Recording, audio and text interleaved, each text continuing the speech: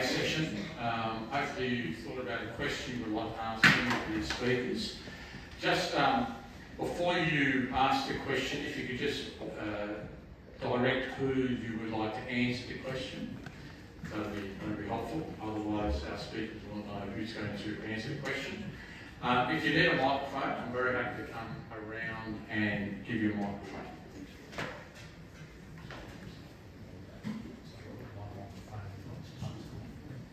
Anyone want to start?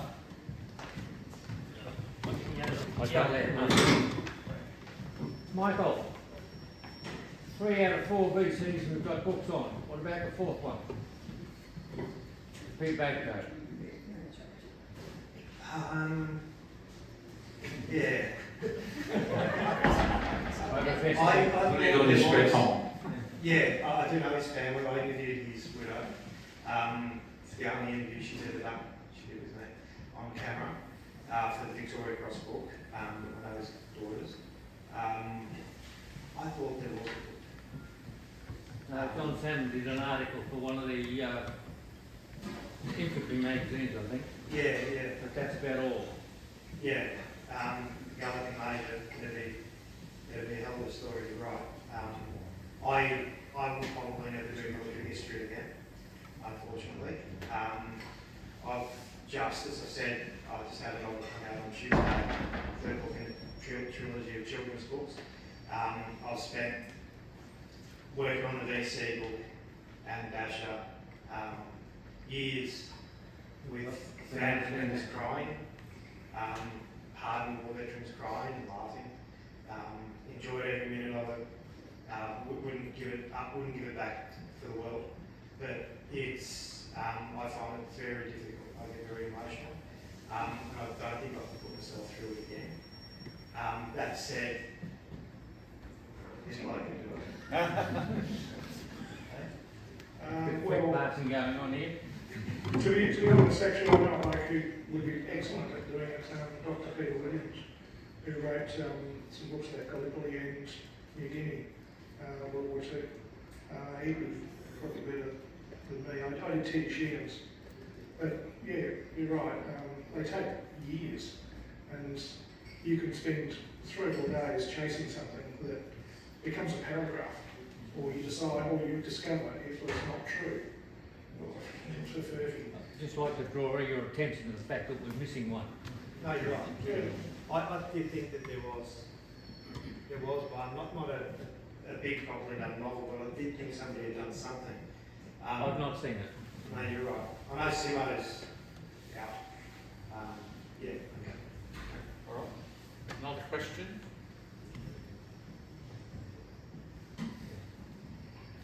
Tom, if the Admiral who's been in the review for start the flight and then in charge of Sydney Harbour, why do you think he didn't do anything for 2 years? Was it that it's not going to come this far? Is it the same thing as the, we can defend Singapore? That attitude? Or what? Muirhead Gould was a good naval officer. And to be honest, most navies don't promote officers continually and keep them if they're useless. But there are occasions. But he actually performed with distinction in World War I think it was, and afterwards. He was no fool.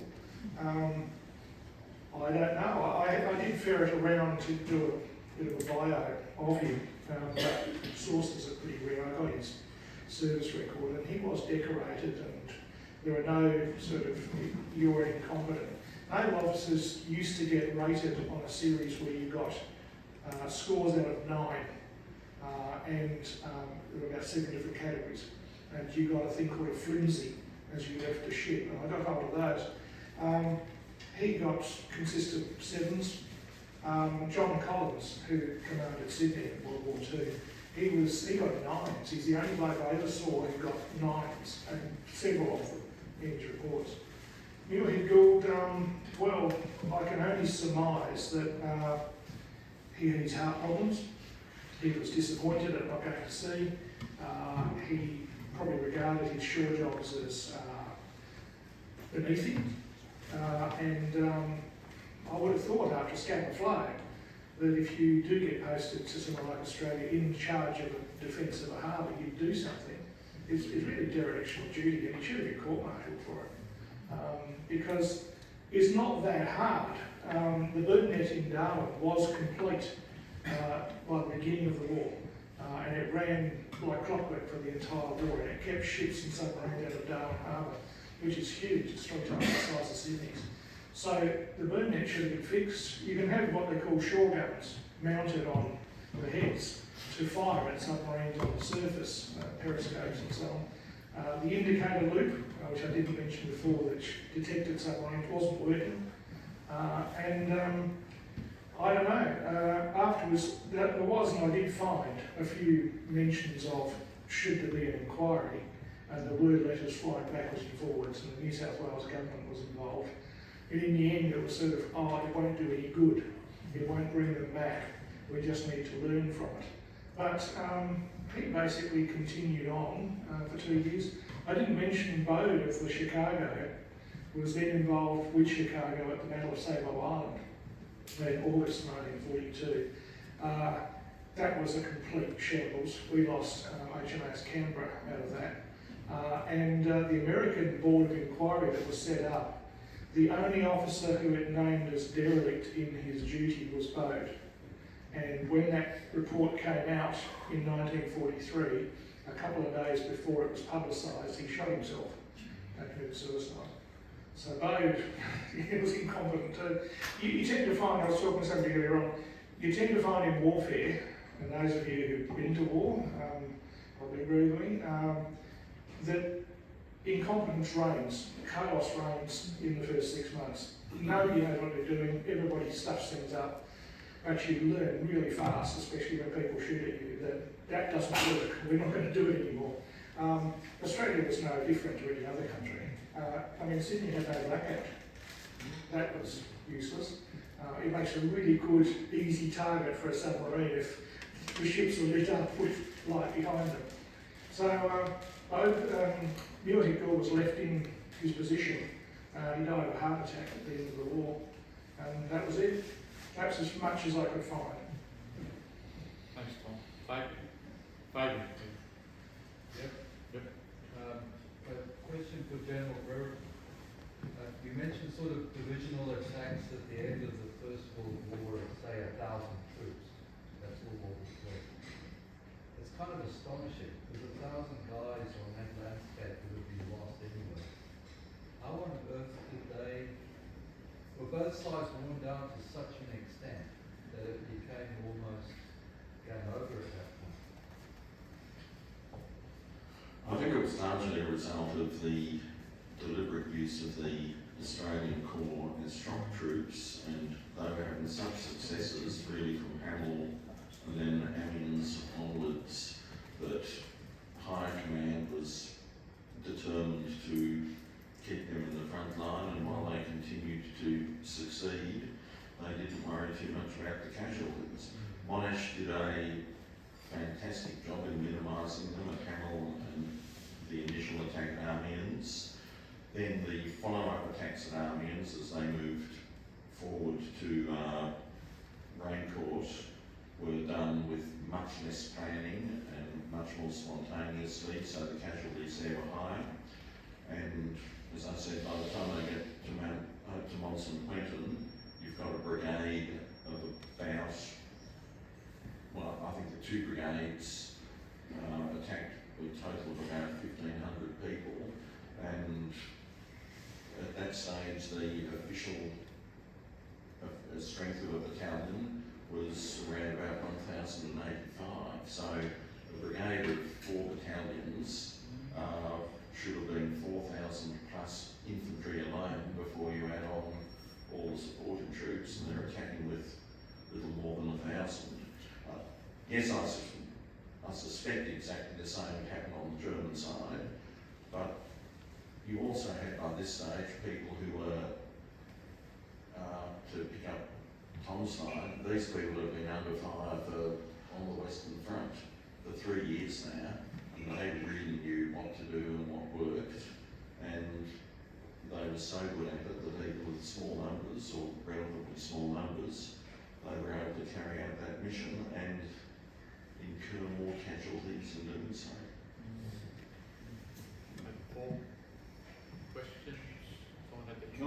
I've got two, if I can, for Yep. two different speakers. Yep. Tom, my first one, if I can. So the second torpedo, which fails to ignite, which fails to blow up, lands near the gun wharf at Garden Island there. Does, in your opinion, does the loss of the weight, the first torpedo leaving the tubes, cause an imbalance in the submarine which may have a porpoising effect that the second torpedo didn't run to depth? Is that your take on the second torpedo not going off? Is that so? If you look at the design of the submarines, they can compensate for that. They've got a flooding tube, if I remember rightly, a flooding tank. So the lead weights at the back don't affect? No, they worked it out. I mean, these things work. They do fire a torpedo, and you do have an imbalance, but not enough to suddenly bring the bow out of the water, which is rather embarrassing. So, yeah. Hello, I'm here. So that's not an explanation for the second one not running to depth, is that? No, I think he basically, it looks like one of them actually ran underneath Chicago. They set it too deep. In the book, there is a section from a qualified submariner, of which I'm not, and he did an analysis of it in a podcast for the Seabow Centre of the Navy. And I asked him if I could reproduce some of that, and he said yes, and it's in there. And he basically analyses what Ben did, and it's basically, Ben was a reasonably well-trained submariner, but he hadn't been in action before. As we were just saying, you learn a hell of a lot. The first day people start shooting at you, he just got it wrong. The first one hit under, it actually went under Cannibal and blew up, and the second one went under Chicago and beached itself. And he's got no shots left, so off he goes. Inexperienced. No, again, sorry to be greedy, folks. David, the next one. So you showed Big Tom's in your slides. Yep.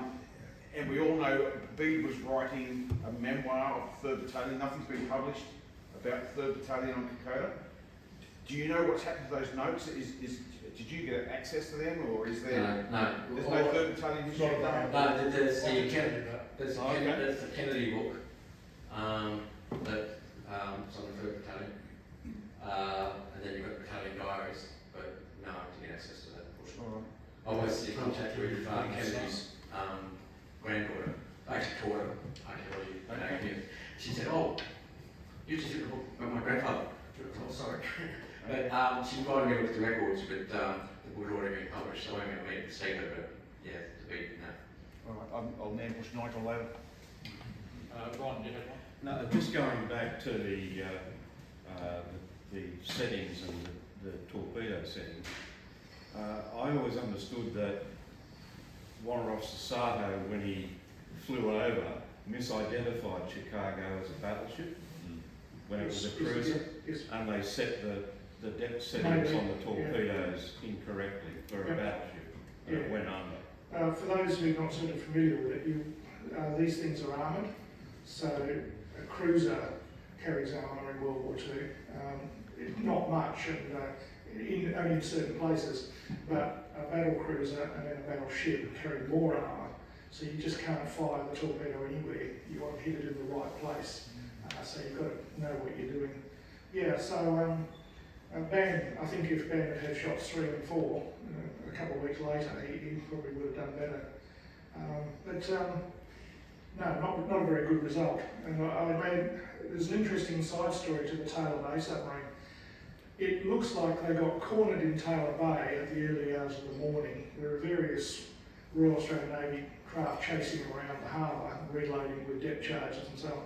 It looks like they surfaced in Taylor's Bay, and the crewman got out of the submarine because his body was found without boots on. He got out of the submarine, walked on the casing or swam round to the front of the submarine to see why the torpedoes couldn't be released. And he would have found that the protective cage that they put around was all meshed up, and there was no way you could fire those torpedoes. So he comes back in, he reports to the boss and says, "Look, we've had it, there's nothing we can do."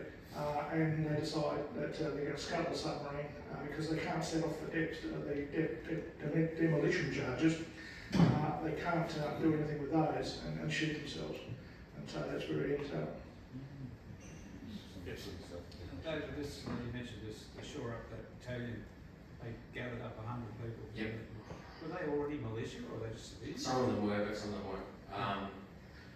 My understanding, most of them weren't, but there were some who were, who had militia experience. And that's how I was involved. How did they do that? They just grabbed it and had it? That's been asked many times. They actually say they were Shanghai. Yes. And most of them were actually learning how to fire, older fire 303 off the Aquitania, flying out to sea. Like, this is how you put the magazine, this is a safety catch. These guys haven't even probably seen the 303. And then they're off to New Guinea. Yes. Guys, David again, about that. I studied during the First War where they had extensive training camps Yep. in England, and it's quite evident that in the early period, the Somme period, they were untrained, and then from about mid-1917, they're very well trained, and funnily enough, they win the war in about 12 months. Yeah. Why, after that experience, would they do something so stupid as to send untrained men? Depression, they didn't have any money, they had the militia force there. But you had battalions being formed, then being disbanded, and then being amalgamated. The 53rd was originally with the 55th. The 55th and 53rd happened in October 42. That being the 55th and 53rd in 1937, I think it was. And then the 3rd Battalion at one point was associated with the 55th 3rd Battalion. So during the late 1930s, the government was disbanding and reforming, and of course then war was declared, and then the Japanese entered the war. And when the Japanese entered the war, the whole system was broken down in terms of the militia. And the militia automatically wanted to go with the second RAF. And the second RAF officers were being forced to go to militia. Like the 39 Battalion, usually when the second RAF officers were forced to go on the 39 Battalion, they wouldn't wear the colour patch, they didn't want to be associated with the militia. That changed, obviously, once they started fighting with them. But you did have that big gulf between the militia and that famous saying, once you get once you get some grass on your shoulders, because the second RAF had the Australia on the so it was depression, had no money, and completely disorganised. Yeah, pretty much it. Yes. Can I just add to that for a moment? The Defence Forces aren't always very good at passing on learning from past experience to the future. There's been a lot of that same story of what happened in the 1920s and 30s since 1945 through to the present. Amalgamations of units, disbanding of units, re-raising of new units, loss of experience. And that's why military history is so important, that we don't forget the lessons of the past and that there are people still around to learn and remember those lessons. They also do lose a lot of, the whole big for 53rd Battalion, they're not getting the best of the best. Battalions been, and of course all the other 80 battalions are okay, my 60 makers are palming off the 53rd. But they managed to train the AOF. But these guys were they trained. performed Yeah, fantastically. but these guys had like 90 days. Even the guys in 1914 had some training, got to know their officers. The guy at 53rd, with 90 days forming, doing Newport Moresby. They can't train, they don't know the It's officers. not going up the middle of the government. They had 2 years. Oh, yeah, well, yeah. Yeah. Talking about government. Yeah. We have a question. Oh, thank Yeah. you. This is Michael. You said after that Australian fallen were brought back from Vietnam. Are they all home? No. I didn't know that they were actually bringing, I was under the impression, could be wrong, that majority were not brought home. No, it's a family decision. So, Peter Backo is buried overseas. It was a family decision after Dasher. So the families have to, so just. No, if the families want the ball back, Yeah, they'll be brought back. they'll be brought back. Yes. What about the ones that have fallen before Dasher that were buried? No.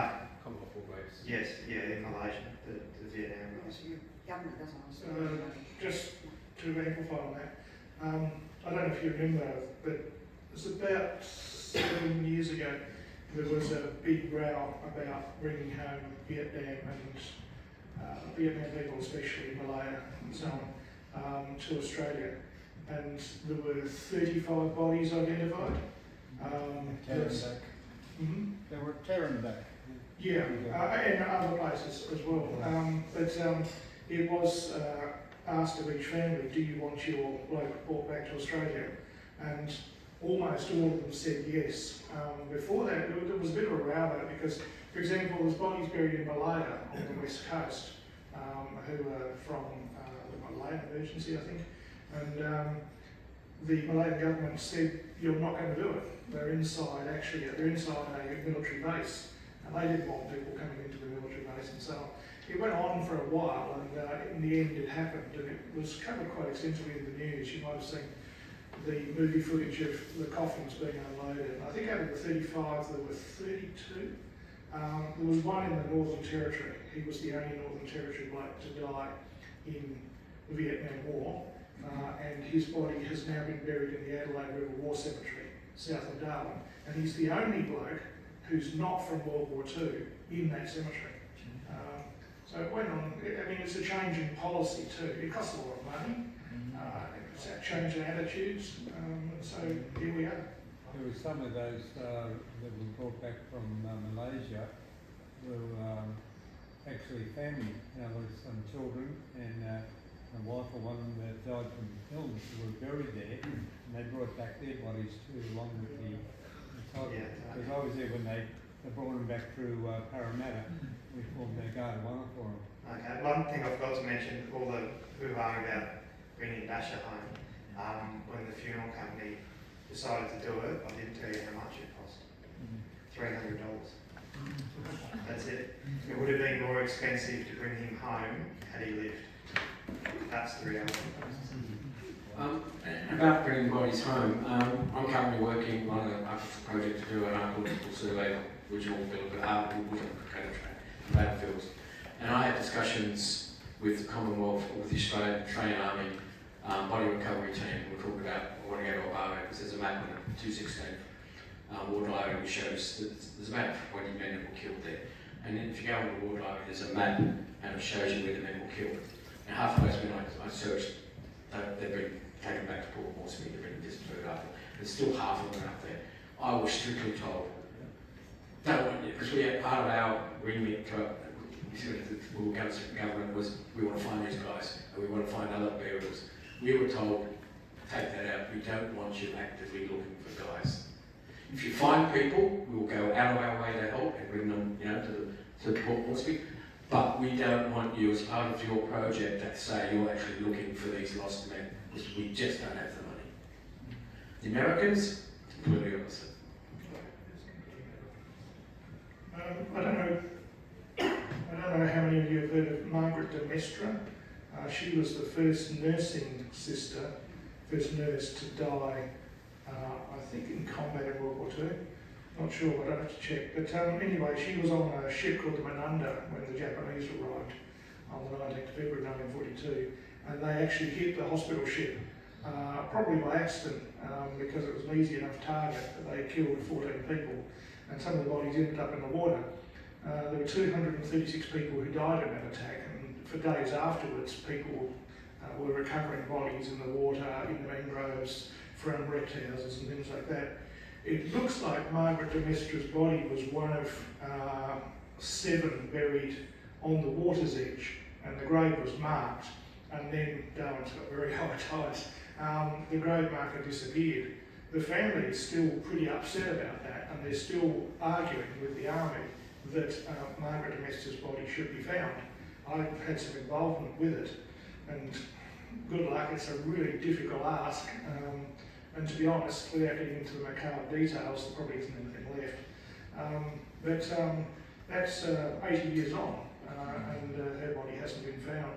And they blame the army for it, and the Army's recovery unit is still engaged with it, much to their sorrow, probably. Poor Margaret. Any questions?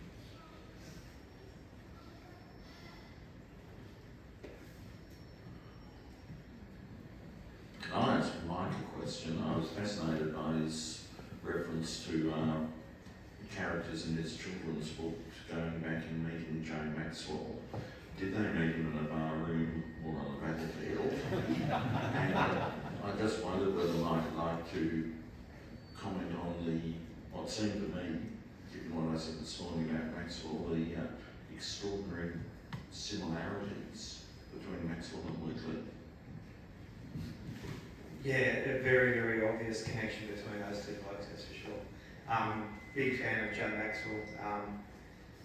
Yes, unfortunately. Can I just They say, met him in a pub. But I never thought, yes, they did. But he was sober, drinking coffee. It was in 1964, and the children are trying to escape some truck policemen, and he drives them. Joe Maxwell had a little green, was it an Austin? That so many men from the battalion were committing suicide. Little green Austin, I think it was. Little green car. It was quite famous, and he used to drive that car around Australia on his own, looking up old members of the battalion to stop them necking themselves. He had a name for the car. There's pictures of it, and people got obsessed with the VC. The kids go for a drive in Joe Maxwell's little car. But yeah, the connections are obvious. Hard playing, big drinking larrikins, but once they went out beyond the wire, perfect. Peter Cosgrove said something about that once to me. my grandfather was in the 18th and knew Joe Maxwell, and he said, fantastic soldier, but he'd get you killed as quick as Richard. Yeah. It's funny, I think Joe Maxwell's decorations come in a flurry, didn't they? Like within 6 he must have just... Two MCs within months, and then the And the Victoria best, Cross not long very, after very that. And virtually all of them, when his commander had been killed or wounded, and he jumped into the leadership role. And his book is really worth a read, because a book could never be written the way this is. But I was in the train. House and bells and laughed. mademoiselles. Yeah. Yep. When my grandmother got cranky with my grandfather, she'd sing that song.